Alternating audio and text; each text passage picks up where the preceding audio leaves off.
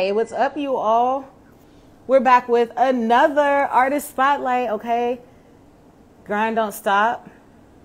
Forgive me, I am literally just getting in from the salon, multitasking, pushing everything to the max.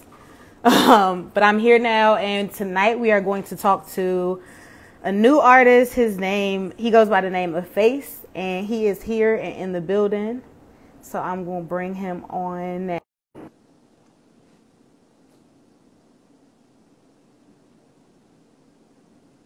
How are y'all feeling tonight? I hope it's a great night for you, all things considering.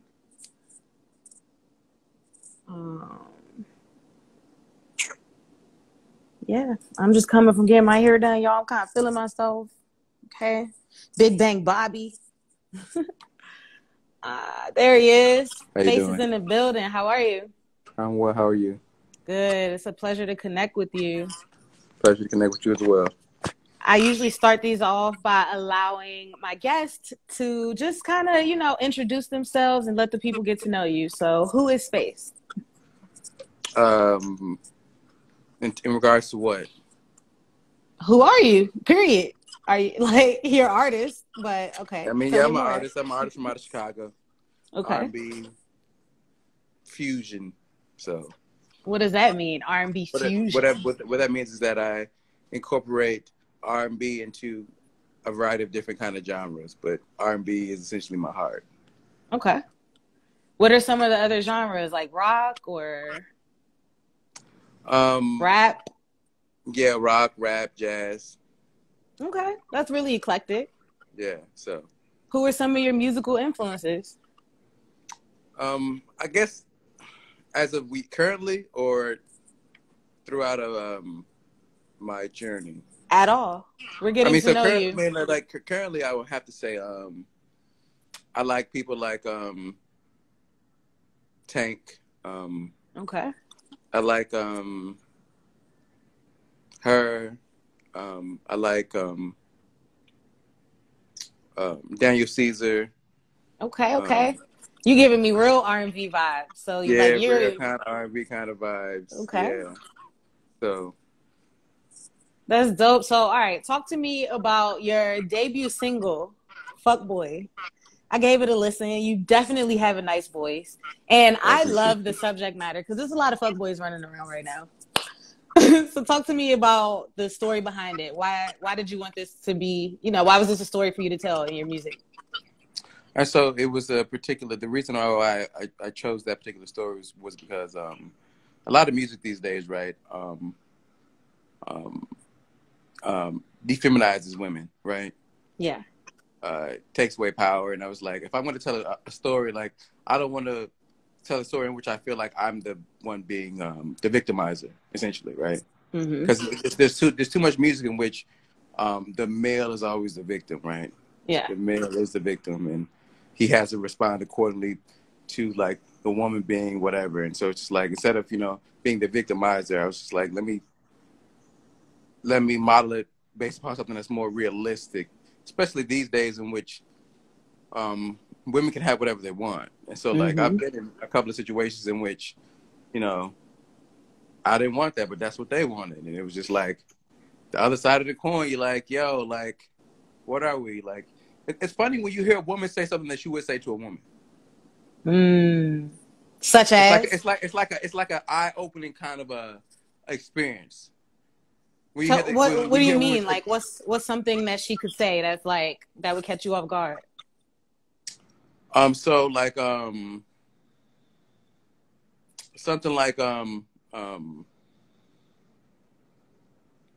trying to figure out the right kind of terminology, but like more so, because I guess men always, to a degree, kind of always have this perception that women have to be attached when it comes to like sex, right? There has to be some type of real attachment, emotional attachment, but that's not the case at all, right? Women are just like men, to a degree, in a lot of aspects, and so to hear like a woman be emotionally detached, to position herself to be emotionally attached and assert her power, it's different. It was a different kind of experience. If that makes any sense to you. Yeah. So this song, Fuckboii, is you telling her that you don't want to be that in her life, that you're willing to be the constant, and she's telling you that she just was trying to smash. Is that what you're telling me? She's asserting her right to live how she wants to live, right? And so it's not necessarily that, like, it's more so like, look, like, I don't want a relationship right now. Like, I want to have fun. I want to enjoy me. I want to love myself. And if loving myself involves me dealing with some other people, then shit, I'm gonna deal with some other fucking people. Okay. And if you fuck with me, then you honor. Because I think about that's what honor is about, right? That's what love and honor is about, right? It's about honoring what somebody else wants, not necessarily what you want to impose on somebody else's life, right? So it's just like, if I really care about you and this is what you really want, then fuck it, then do what you want, right? Not, oh, I care about you, but I still need you to be in my box, right? I still need you to not Do talk what to I anybody want you else. to do. Yeah, like that ain't really caring. That's manipulation. Like that's no caring. That's pure manipulation. I feel triggered. I ain't even gonna hold you. I'm figuring out relationship stuff right now, and you just schooled me on something, so I respect that. So I mean, like I said, like it was. I mean, at the same time, it's just like, but it's also like it knocked down a lot of gender roles when I was in that particular dynamic, right? A lot of gender, a lot of things that you would assume, right? Like it's just like I had to challenge my own ego, right, and my own pride to be like, yo, like, why am I upset?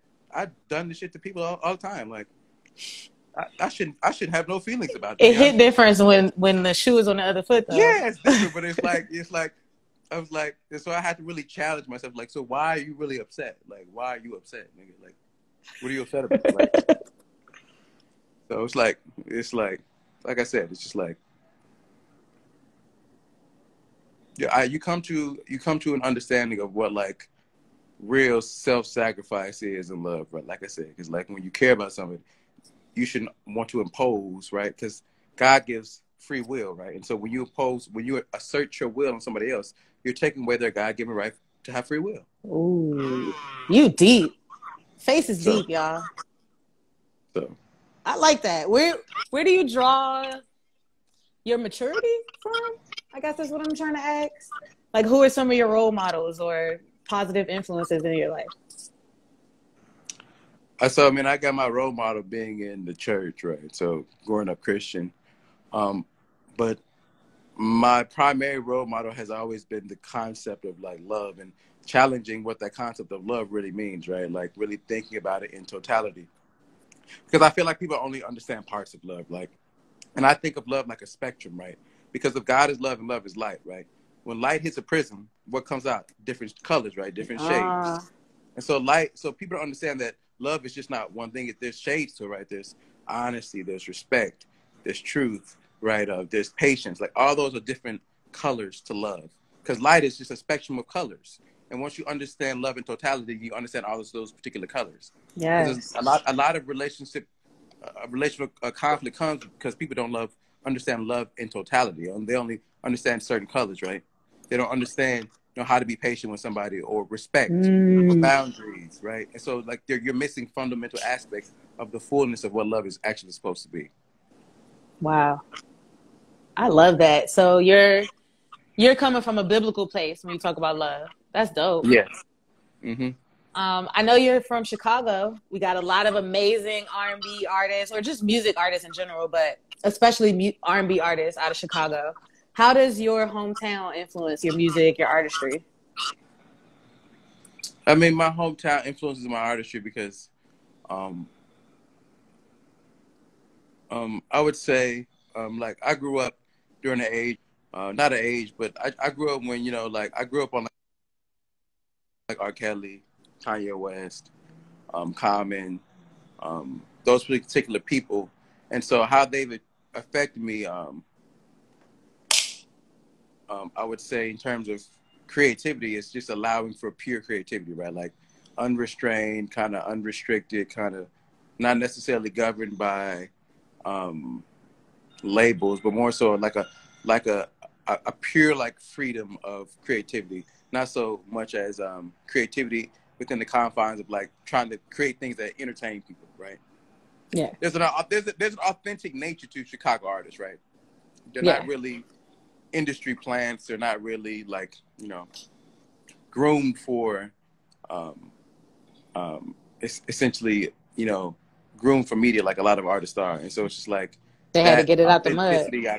That kind of authenticity I bring to my music, essentially. Okay.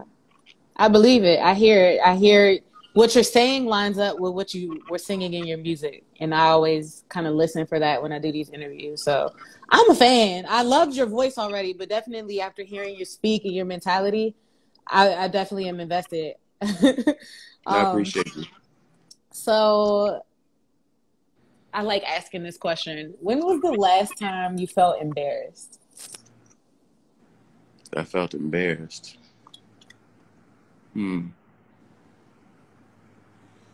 That is a very good question. I felt embarrassed.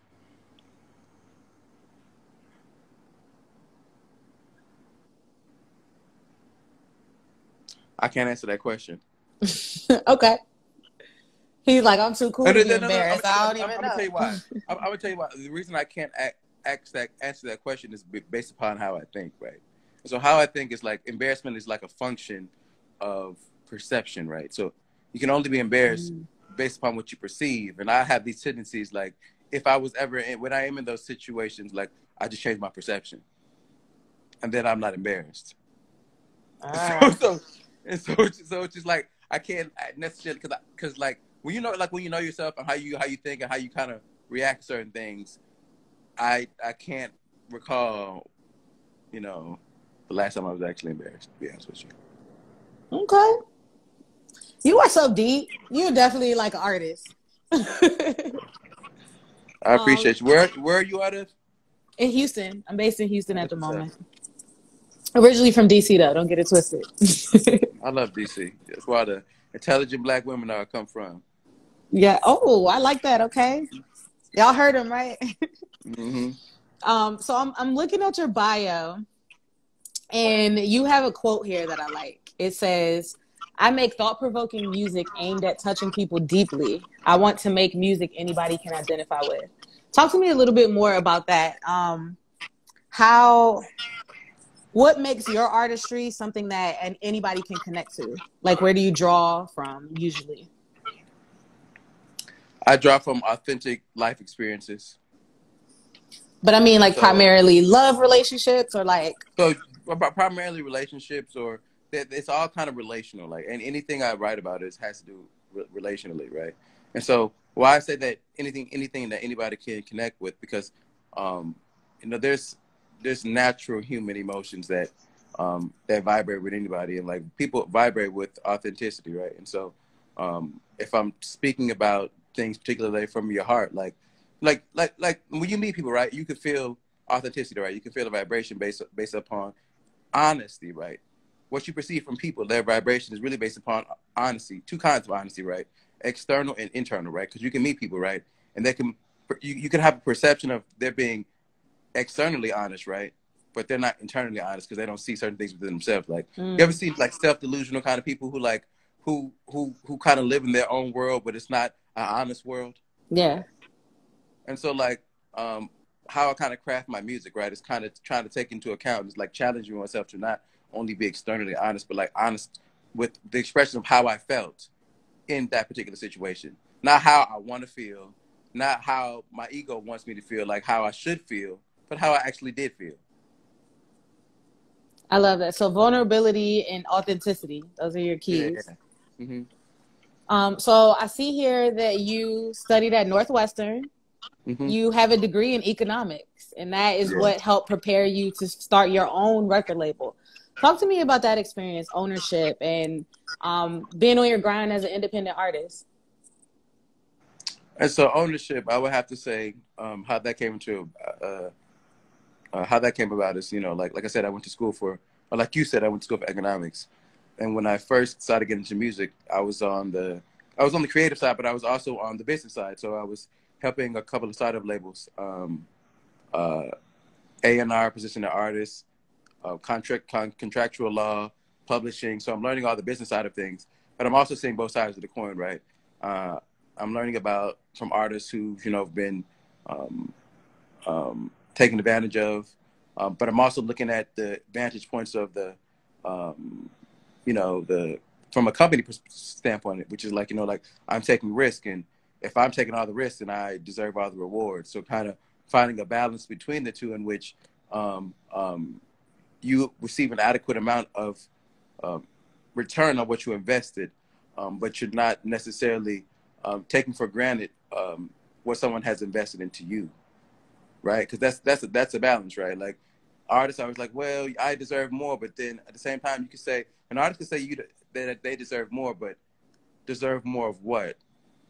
People always forget that people have invested time and energy and money into having the funds, or the funds that they have to invest in you to begin with. So it's just like there has to be a fine line between honoring what the time that somebody else has been in, and then them honoring, you know, the time you put into perfect your craft, of which they can capitalize off, essentially. Yeah. Right. So I like that. So just for anybody who, I don't know, I usually try to decode those, but I think you said it well enough. I don't need to translate it. So by you being an independent artist, you better understand the investment that a label would make, and therefore, I don't know. Yeah, because I mean, you have to understand, it's like money don't grow on trees. Like, remember when you go home and like you get, when you're a child, and your mother would give you allowance, or your parents would give you money. It's like you have to understand, like, that money didn't just fall out of nowhere. Like, somebody spent years learning learning or developing a skill in order to create those funds that they can now invest in you and see the potential in you. So like, there has to be a fine line, which is what you assert yourself. You're like, I spent 10 years developing my skill set as an artist, so I believe I'm worth this value. And then you have to meet them in the middle. Well, I understand that you spent this 20 years on this legacy for this label, so like we can meet somewhere in the middle. You know what I mean? Yeah, for sure, for sure. Well, I see you got a new fan in Diary of a Black Mom. She said she's going to go listen to your music after this. I So appreciate you. to just seal the deal for anybody who is tuning in now or watches the replay, you grew up singing in your grandfather's church. Is that correct? I did. I want to put you and on I grew spotlight. up. I grew up in church, like going to church like 3 times a week, like Bible study on Wednesdays, you know, tearing, refilling Thursday nights where you praying to 2, 3 o'clock in the morning trying to get the Holy Ghost. You know, like. Listen, I grew up. I had the similar experience. Only add in liturgical dance. You know, I was on a dance team and I sung in a choir. So I literally would go to church 6 days out of 7.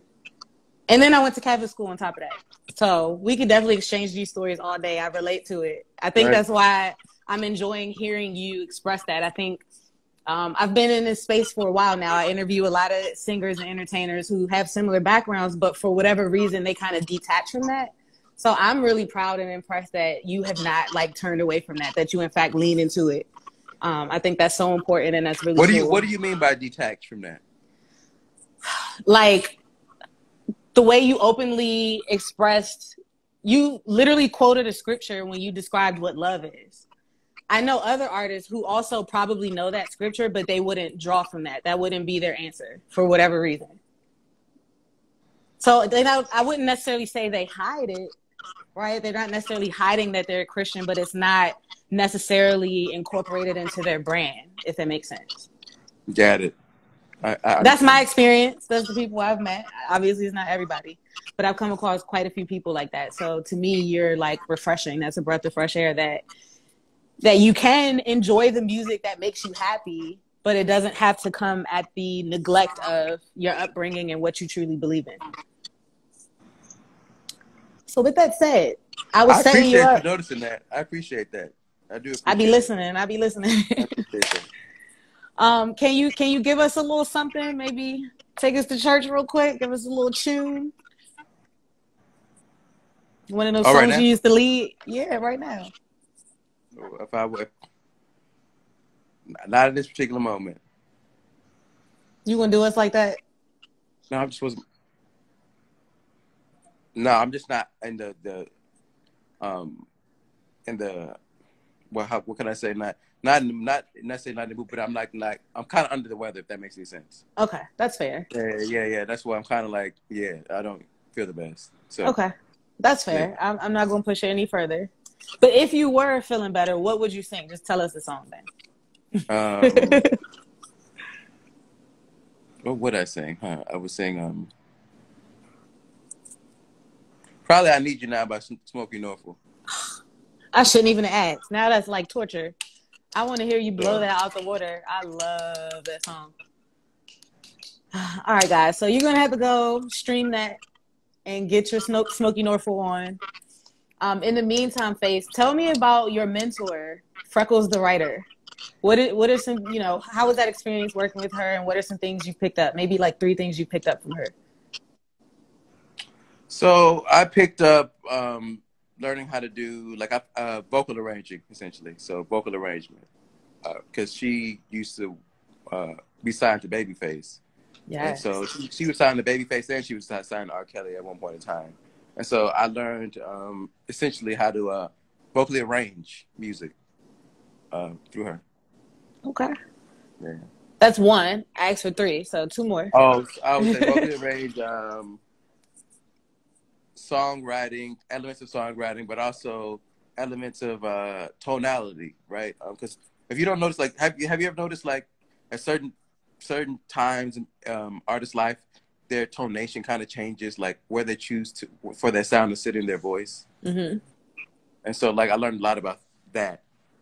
Okay. Too. And when you say that, you mean nasal versus chest versus head? Or even soft, even though like soft styles of singing, like, yeah, nasal, head voice versus, belting, like full belting. Like Luke James does a lot of belting, right? He does a lot of full belting, right? That's my boo, by the way. Yeah. So, like. No, sorry. You can keep going. No, but yeah, that was my explanation for that. Okay. Yeah, what is your favorite food? My favorite food would. It's some nigga shit, but I would have to say watermelon. What's wrong with watermelon? I mean, there's nothing wrong with it. I'm just, like, it just felt a little stereotypical. Yeah. Watermelon is good. Are you vegan? I mean, I play with the issue, right? So I'm kind of off and on. I try to balance my life. Okay. And so, like, I try to balance, like, of course, I grew up a meat eater. I naturally gravitate to meat, but I try to keep a balance to it. Okay. I just asked that because I didn't expect watermelon to be, like, top of mind. You must have just had some watermelon or something. I mean, the thing about it is I've just transitioned to eating more fruit in general. And so, like, I've had a higher affinity lately to, like, watermelon and pineapples just because I've just eaten, like, sometimes people eat things seasonally, right? Like, you eat way more fruit during the summertime, and, like, generally in colder environments, like, you eat warmer, grounding food, like potatoes and steak. And so, like, because it's the heart of the summer, still, like, I've kind of been on that fresh fruit kind of wave. Okay, that makes sense. That's why you got this glowing complexion that we're seeing right now. You're getting your fruits and veggies. Fruits and veggies. What is there anything else that we should know about? I know you just released the debut single, Fucboii, so make sure you guys go run that up. He spells it Fucboii. Go stream it, go run it up. There's a music video and everything. You can catch it over at thebobbypin.com. You can watch it there. But what else do you have coming up? Another single? You gearing up for an EP? Yeah, I have a gearing up for EP that comes out in November. Ooh. What can we expect from this? How many tracks? Any notable producers or writers with you? Or features? Features I'm working on right now. So that's what I'm working on right now. So, like, as kind of notable producers, I got Cam from that did a lot of work on Chris Brown's Heartbreak Full Moon. I got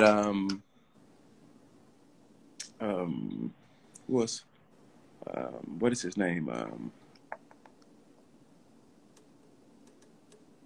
Yeah, I mean, I have another notable producer, but his name's slipping my tongue right now. But he did a lot of work with Nicki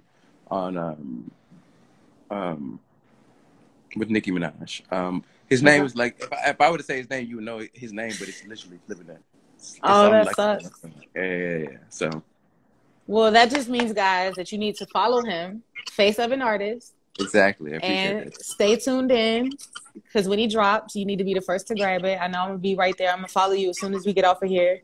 And yeah, I look forward to keeping up with your progression and supporting you.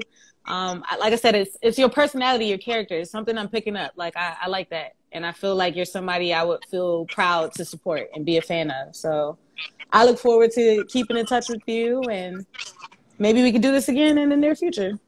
I would. And I would support you as well. I appreciate it, Faith. And I truly appreciate you for having me. Take care. Have a good night. You too.